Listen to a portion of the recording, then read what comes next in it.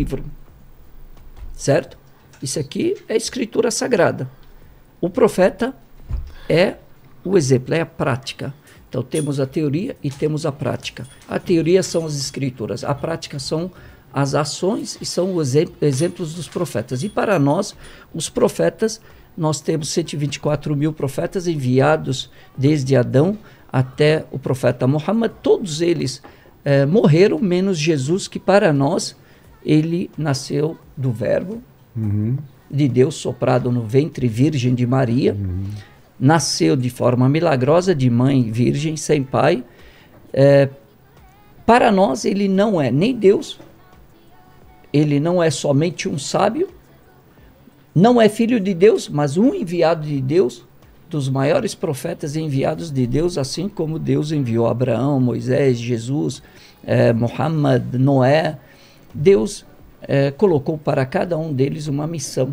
E essa missão, Jesus ainda não cumpriu a sua missão. Por isso que para nós ele não morreu na cruz. Ele foi elevado de corpo e alma, está vivo com 33 anos e vai retornar nos últimos dias.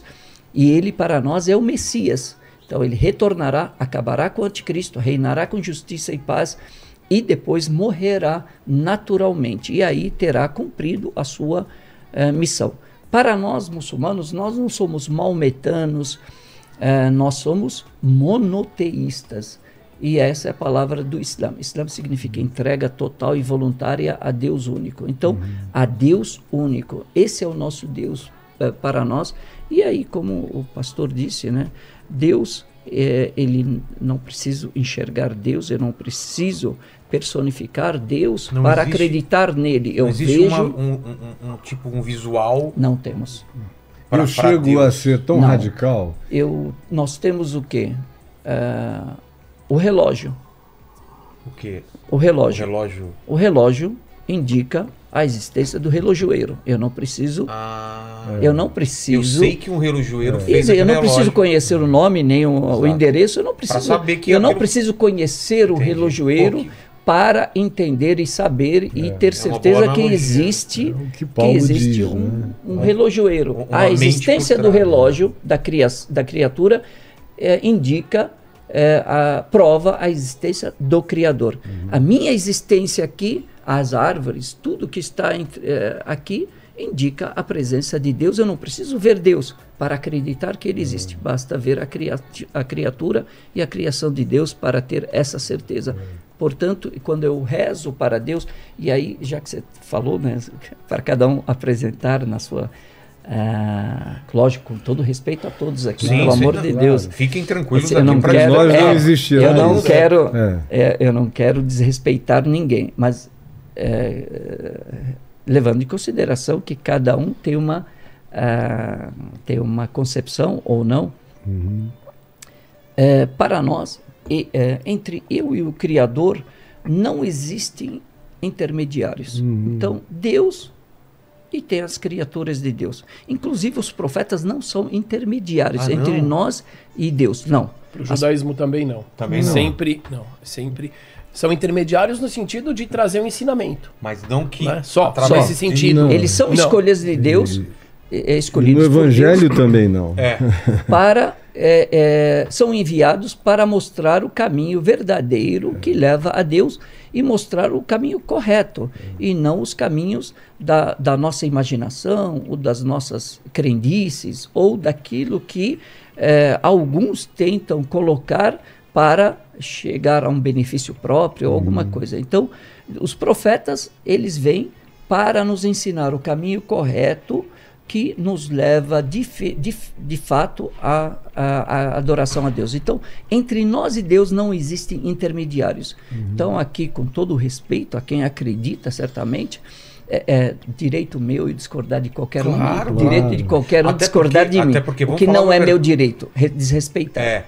E vamos falar a verdade, se você tem fé e acredita no que você acredita, não é uma pessoa falando a visão dela que vai desrespeitar. A tua fé é tua fé. Se tua fé é fraca, Eu acho que as Só pessoas se que não você acreditam for tanto... muito frágil, né? Aí qualquer coisa te atinge. É. Agora, se a pessoa acredita... É que às vezes, a forma... Às vezes as pessoas entendem, mas ele está falando contra a minha fé. Não. Por exemplo, eu estou falando o que da o senhor minha falou fé. aqui, o apóstolo Paulo, numa síntese, ele diz, porque o que de Deus se pode conhecer, lhes é revelado por meio de todas as coisas que foram criadas. É exatamente igual ao que o senhor falou. É como quando você falou do verbo. Eu fiquei com meu coração todo aquecido, porque quando você usou e leu o primeiro versículo hebraico, bara, o verbo, que é tirar do nada, do coisa alguma, ex nihilo, essa criação. Então, eu chego assim numa radicalidade, não radicalização, mas é apenas semântica verbal, na qual eu afirmo que filosoficamente é tolo, teologicamente é tolo, cientificamente é tolo discutir a existência de Deus. Se você não enxerga por meio das coisas que foram criadas, você não vai enxergar, a não ser que você receba uma revelação. Agora, eu digo com frequência que Deus não existe na perspectiva daquilo que a filosofia define como existência, que a ciência define como existência. Discutir Deus a partir desses pressupostos é foolishness, é tolice absoluta. Deus não existe. Não chega em lugar nenhum. Ele é, e todas as coisas são nele. Mas ele próprio não é palpável e identificável em lugar nenhum. Se me permite, eu gostaria de aproveitar essa sua fala. Ela é extremamente importante para eu trazer aqui um ponto que muitas vezes não é conversado a partir da sua pergunta, Vila. A sua pergunta foi muito direta. O que é Deus ou como é Deus para cada uma das tradições? E por um lado, nós judeus, assim como o Sheik colocou, nós temos a pessoa de Deus, até falar a pessoa de Deus é um absurdo. Mas o Criador, ou como nós falamos, Hashem, o nome, como completamente abstrato. Maimônides, que foi um filósofo que viveu, um rabino, um filósofo que viveu naquele período, no final daquele período, né? daquele período de convívio entre os muçulmanos e cristãos e judeus na Espanha, ele dizia que as únicas coisas que a gente pode falar a respeito de Deus é o que ele não é. Ele não é finito, ele não é. Ele não é. As emoções humanas. Exatamente. Por outro lado, aí vem a grande questão.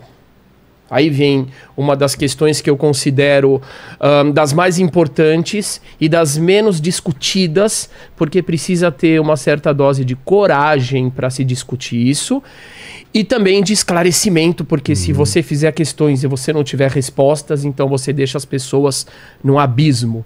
E eu me refiro ao abismo que existe entre esta percepção que os dois irmãos agora colocaram de Deus completamente intangível, inalcançável no sentido do intelecto. Indisponível. E por outro lado, o Deus que aparece nas escrituras, na Torá. É verdade. Porque o Deus que aparece na Torá, ele gosta do cheiro da carne, dos sacrifícios. Passional. Ele muitas vezes é descrito com ele é ciumento.